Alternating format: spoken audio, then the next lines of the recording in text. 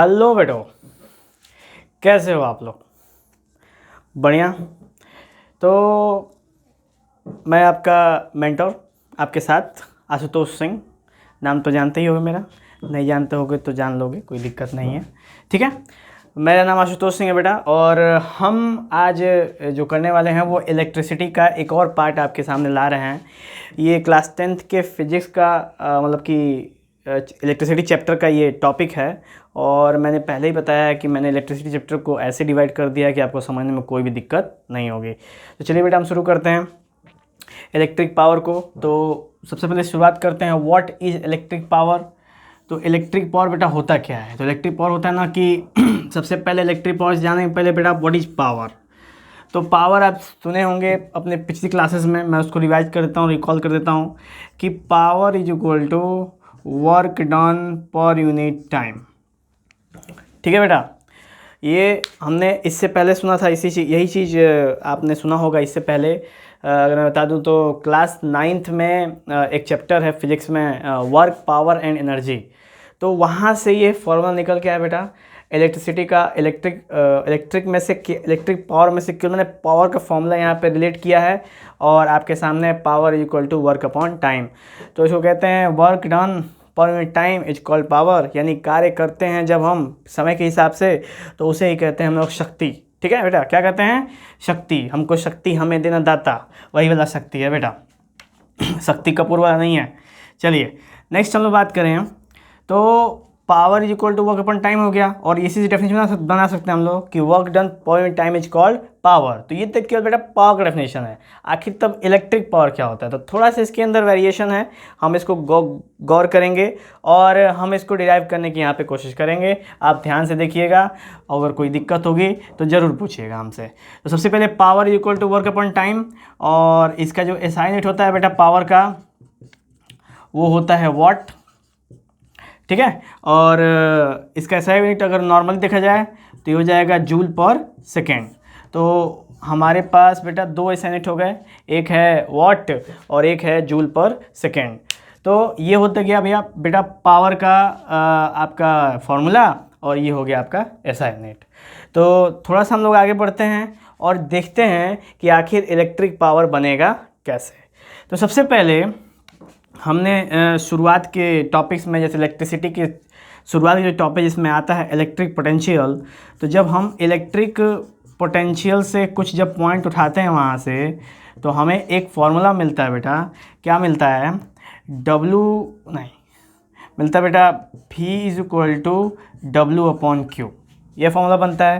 तो वहाँ से हम जब इसको को रिलेट करेंगे तो ये हो जाता है W is equal to V Q.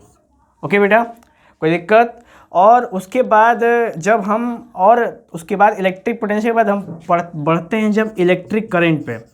गौर से देखना बेटा, इलेक्ट्रिक करंट वाले टॉपिक में, ये इसके मैंने सेपरेट वीडियो दे रखा है, आप देख सकते हो हमारे प्लेलिस्ट में जाके।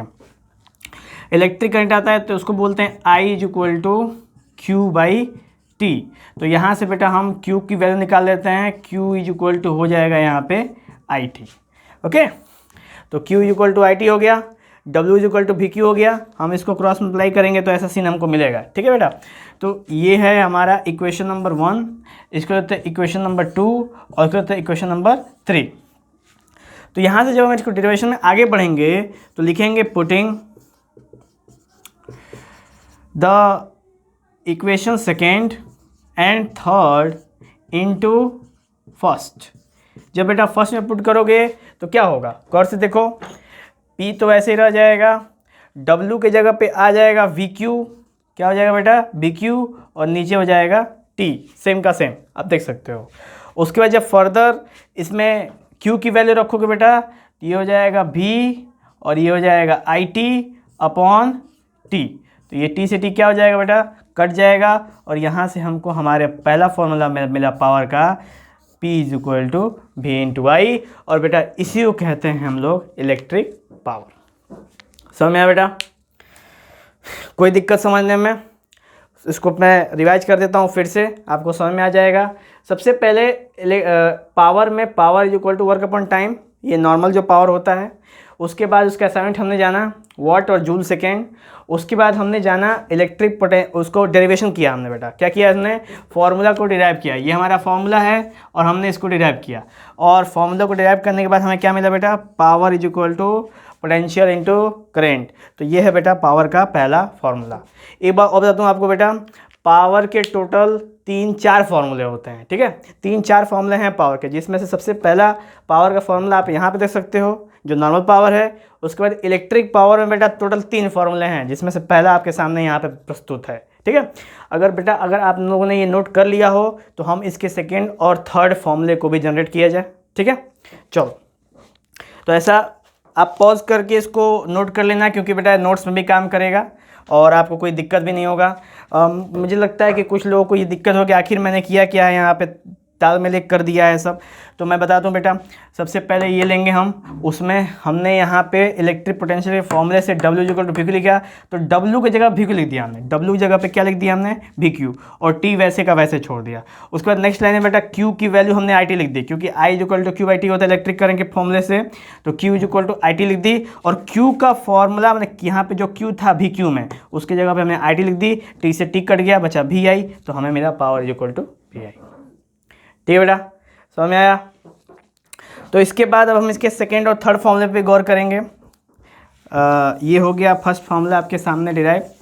सेकेंड फार्मूले भी बिल्कुल इसी तरीके से आसानी से निकल जाते हैं, सेकेंड थर्ड वाले भी, ठीक है। तो मैं इसको यहाँ से हटा के ऊपर नोट कर देता हूँ। मैंने नोट कर देता हूँ P इक्वल टू VI, ठीक है। अब नेक्स्ट दूसरा पावर फार्मूला कैसे बनेगा, तो हमें पता है ओम्स लॉ। ओम्स लॉ क्या कहता है, V इक्वल टू IR, ठीक है। अब V की जगह पे हम लोग क्या पुट कर देंगे बेटा, IR। तो putting the value of V in this equation, जो पहला हमने फॉर्मूला डिराइव किया है उसके अंदर जब आप पुट करोगे तो ये हो जाएगा P इक्वल टू V की जगह पे IR रख दोगे, और पहले से ही इसमें I है तो आपके सामने बन जाएगा I स्क्वायर और R। तो बेटा ये हमारे सामने हो गया दूसरा फार्मूला। तो बेटा ये है आपका जो मैंने पहला फार्मूला डिराइव किया था, उससे पहले नॉर्मल पावर ये है। तो पहला फार्मूला, दूसरा फार्मूला, तीसरा फार्मूला। बेटा एक और फार्मूला बचा है, उसको भी देख लेते हैं। तो यहाँ पे देखते हैं बेटा, अगर ओम्स लॉ से भी, बेटा इसको भी ओम्स लॉ से देखेंगे तो हमें पता है ना कि R is equal to V/I होता है बेटा। तो R is equal to V/I होगा, तो I इज इक्वल टू क्या होगा, V/R। कोई दिक्कत बेटा, चलो। तो अब इसको वापस से हम किस फॉर्मूले में रख देते हैं, तो वापस से हम लोग इसको रख देते हैं। अगर हम इसको इसमें रखेंगे, ठीक है बेटा, इसमें रखेंगे तो कोई दिक्कत नहीं है, रख सकते हैं, रखो। तो ये हो जाएगा बेटा P इज इक्वल टू, अब V वैसे ही और I की जगह पे V/R। तो बेटा जो मेरा अगला फॉर्मूला बना वो बना P is equal to V²/R।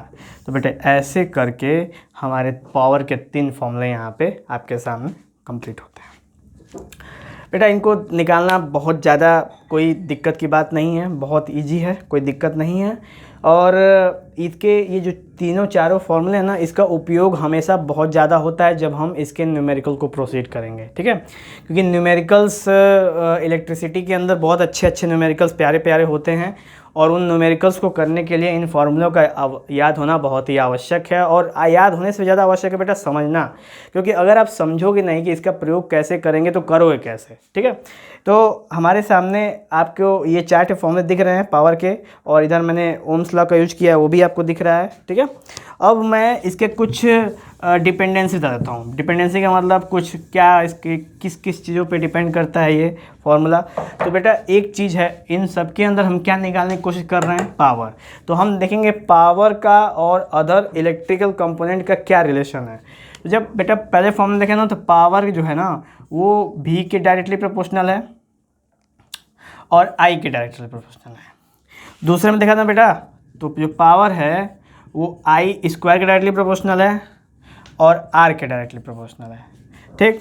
और जो नेक्स्ट लाइन में पावर है वो V के स्क्वायर के डायरेक्टली प्रोपोर्शनल है, पर I स्क्वायर R के ये इन्वर्सली प्रोपोर्शनल है। तो बेटा इन तीनों में से जब हम तीनों को गौर से देखते हैं तो हमें ये पता चलता है कि जो पावर होता है वो हमारे अप्लाइंसेस के अंदर रेजिस्टेंस का इन्वर्सली प्रोपोर्शनल होता है। तो इन सब से जब हम गौर करेंगे बेटा, तो इसको हटा दो ऊपर के दोनों को, बस इसको देखो, इसमें से इसको भी हटा दो। तो बच्चा आपके सामने क्या, P is inversely proportional to R। तो ये बात क्लियर हुई बेटा। क्या जाने आपने इस डिपेंडेंसी में कि अगर रेजिस्टेंस किसी भी सर्किट का बढ़ेगा तो पावर उसकी क्या होगी, घटेगी, और किसी भी सर्किट का रेजिस्टेंस घटेगा तो उसकी पावर क्या होगी, बढ़ जाएगी। इसीलिए कहते हैं बेटा जब जो अप्लाइंसेस हाई रेजिस्टेंस के होते हैं ना, उसको चलाने के लिए ज़्यादा पावर की आवश्यकता पड़ती है, और जो अप्लाइंसेस लो रेजिस्टेंस के होते हैं उसको चलाने की क्षमता काफ़ी, उसको चलाने के लिए कम पावर से भी वो चल जाता है। समझ आया बेटा, क्लियर। तो ये था हमारा जो फैक्टर जो डिपेंड कर रहा था। तो डिपेंडेंसी फैक्टर क्या है, पावर और रेजिस्टेंस, और ये दोनों आपस में क्या है बेटा, इन्वर्सली प्रोपोर्शनल है। कैसे, अगर रेजिस्टेंस बढ़ेगा तो पावर क्या होगा, घटेगा। इस बारे में बेटा चर्चा कर चुके हैं। इन्वर्सली प्रोपोर्शनल में ये एक क्वांटिटी बढ़ती है तो दूसरी क्वांटिटी घटती है, और डायरेक्टली में दोनों बढ़ते हैं दोनों घटते हैं। ठीक है बेटा, समझ में आया। तो ऐसे करके हमारा इलेक्ट्रिक पावर आपको समझ में आया होगा। उसके बाद हमने यहाँ पे फॉर्मूले आपके सामने डिराइव कर दिए, और लास्ट में बेटा बचता है इस टॉपिक का सबसे इम्पोर्टेंट चीज़, वो है न्यूमेरिकल। ठीक है, न्यूमेरिकल कर लेते हैं बेटा। इसको साइड कर देता हूँ बेटा, इसको नोट कर लेना। ठीक है, नोट कर लेना, बहुत इंपॉर्टेंट है बेटा, इसको नोट कर लेना। ठीक है, हाँ, ये इस पर कभी क्वेश्चन पूछा जा सकता है आपको फॉर्मेटिव टेस्ट में, एयरफोर्स, नेवी, एनडीए में भी ये सब क्वेश्चंस आ सकते हैं, क्योंकि ये बेटा क्लास 10th लेवल का जो क्वेश्चंस होते हैं ना, बहुत सारे प्रिपरेशन वाले लेवल पे एग्जाम्स में भी ये पूछे जाते हैं। तो इस पे क्वेश्चंस आ सकते हैं कि power is dependent on the following factors. तो बोल देगा रेजिस्टेंस, बोल देगा वोल्टमीटर, बोल देगा एम्पियर मीटर, बोल देगा नन ऑफ दीज। तो क्या बोलोगे बेटा, सीधा बोलेंगे हम रेजिस्टेंस पे डिपेंड करता है। ठीक है, कोई दिक्कत, चलो स्टार्ट करते हैं हम लोग। तो न्यूमेरिकल में देखें बेटा, तो न्यूमेरिकल में बोलेगा कि एक डिवाइस है जो 220 वोल्ट पोटेंशियल देता है और 10 एम्पियर करंट लेता है। तो बताओ इसका पावर कितना होगा। तो बेटा पहला हमारे पास फॉर्मूला है P is equal to VI। यहाँ पे 220 गुणे 10 रख दो, ये आ गया 2200 वाट। ठीक है, यानी वो जो डिवाइसेज है बेटा वो 2200 वाट लेगा। ठीक है, उसका जो पावर है वो 2200 वाट है। तो बेटा जैसे जैसे आपको क्वेश्चंस में, न्यूमेरिकल्स में जैसे जैसे आपको मिलेंगे कंडीशंस, वैसे वैसे आपको रखने हैं। मान लो किसी न्यूमेरिकल में इसमें V और I दे दिया है तो आपने आसानी से निकाल लिया, किसी में V और R दे दिया तो भी आप आसानी से निकाल लोगे, किसी में I और R दे तो भी आसानी से निकाल लोगे। तो इन तीनों का फॉर्मूला यूज करके आप किसी तरीके से वैल्यू निकाल सकते हो। चलो बेटा हम दूसरे क्वेश्चन पे ट्राई करते हैं। तो मान के चलो एक प्रेस है, क्या है, प्रेस है, और प्रेस मैंने आयरन, इलेक्ट्रिक आयरन जिससे हम कपड़े इस्त्री करते हैं। ठीक है, वो भूतनी वाली इस्त्री नहीं है, ये प्रेस वाली इस्त्री है। ठीक है, तो आयरन है, आयरन की बोल देगा बेटा पावर है आपके पास 700 वाट, और पोटेंशियल यूज करता है वो 220 वोल्ट। तो बताओ बेटा इसने करंट कितना यूज करना है। तो करंट का निकालना है क्या फॉर्मूला है बेटा, तो सबसे एक सिंपल फॉर्मूला है P is equal to VI, बहुत सिंपल है। पावर कितना है 700, V कितना है 220 is equal to I। Solve कर देना बेटा, कटा उठा देना, कटा उठा दोगे तो ये हमको लगता है कि 2 चौका 4 बन जाएगा, 2 तिहाई 22 तिहाई 66, 3 टाइम्स बेटा चला जाएगा, 3 बार में 3 दशमलव समथिंग समथिंग करके कुछ एम्पियर आएगा, 3 साढ़े 3 एम्पियर, और ये हमारा हो जाएगा करंट। तो बेटा इन फॉर्मूले का प्रयोग करके आपसे कुछ भी पूछ सकता है, चाहे पावर पूछ सकता है, चाहे पोटेंशियल पूछ सकता है, चाहे आपसे करंट पूछ सकता है, जो चाहे वो आपसे पूछा जा सकता है। तो बेटा ऐसे करके ये हमारा इलेक्ट्रिक पावर का जो कॉन्सेप्ट था, क्या आपको समझ में आया? समझ में आया तो ज़रूर हमें और आप बढ़ावा दीजिए, हमें आप सपोर्ट करेंगे। ठीक है, सपोर्ट करेंगे तभी मैं आपको लिए और बढ़िया बढ़िया और बेहतरीन और लॉजिकल और क्या कहते हैं अच्छे अच्छे वीडियो ज़रूर लाऊंगा बेटा। मैं आपको सपोर्ट करता हूँ, आपसे वादा करता हूँ। और पावर की बात आई थी ना बेटा, तो सबने देखा होगा प्रकाश का जो बल्ब होता है ना बेटा, जो पीले कलर का 10 रुपये का आता है, वो बहुत सारी कंपनी हो सकता है, प्रकाश ऐसे बहुत कॉमन नेम है। तो वो जो बल्ब होता है जो पीले रंग का जलता है वो होती है बेटा 100 वाट की।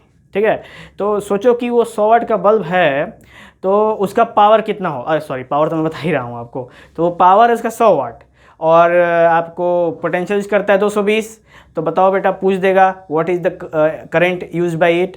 तो बस यही फॉर्मूला है, P = VI 100/220। सॉल्व कर दोगे, यही 0 पॉइंट समथिंग एम्पियर आपके सामने आ जाएगा। तो बेटा ये इलेक्ट्रिसिटी का पावर वाला टॉपिक हमारा समाप्त होता है। और कोई भी प्रॉब्लम हो तो आप हमसे संपर्क करेंगे, हमारे कमेंट बॉक्स हमेशा आपके लिए खुले हैं। ठीक है, चलते हैं बेटा, जय हिंद।